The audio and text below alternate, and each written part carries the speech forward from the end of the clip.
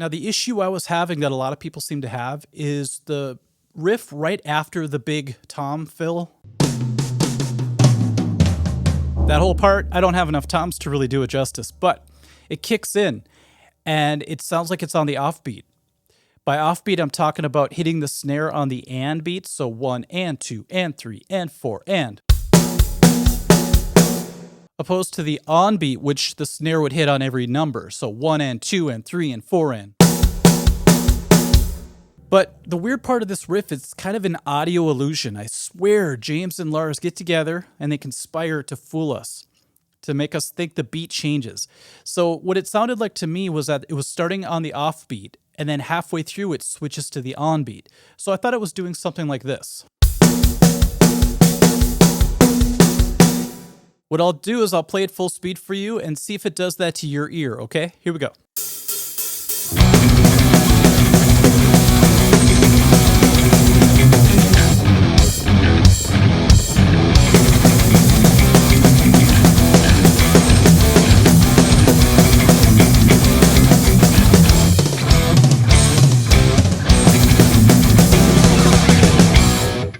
So could you tell after those first hits that I did that it seemed like the riff shifts slowly to the on beat? Very strange audio illusion that's always fooled me. So what I did was this week is I slowed it down to about 120 beats a minute. That was at about 195.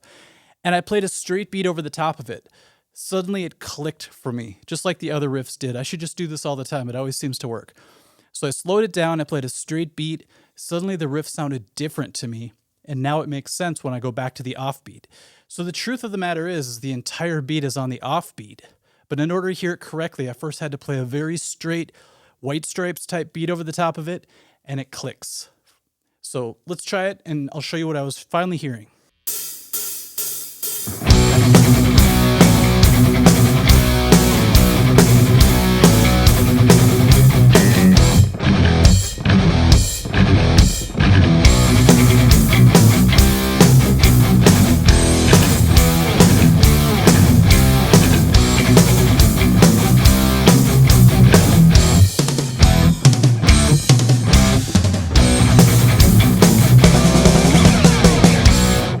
Now, be sure to listen to that version a lot until the riff changes for you if you're having trouble like I was.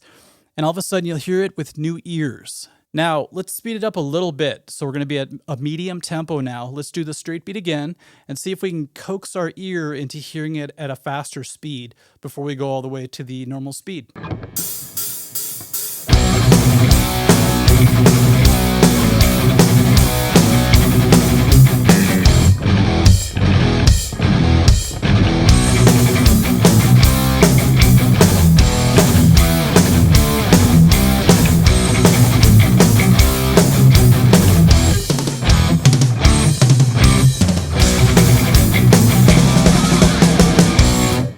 All right, let's throw the real beat or closer to the real beat behind it. Let's get that offbeat thing happening and see what happens.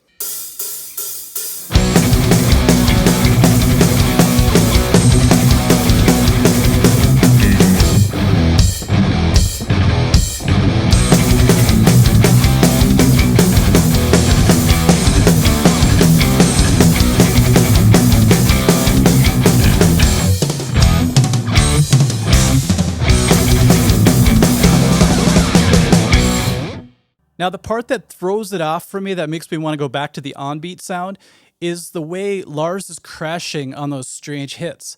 So you know when he's going like this?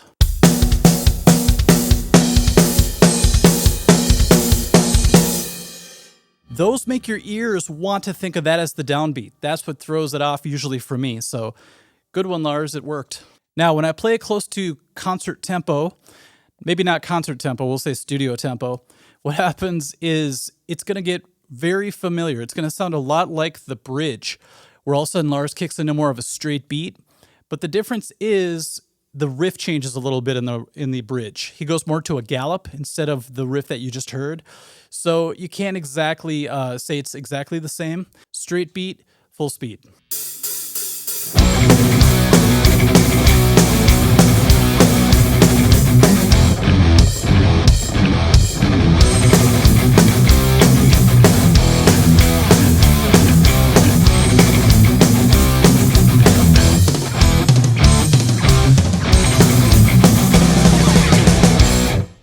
kind of like it that way. Like I said, it's kind of like the White Stripes are playing Metallica. I love it. All right, now with closer to the real beat behind it, let's see full speed what happens.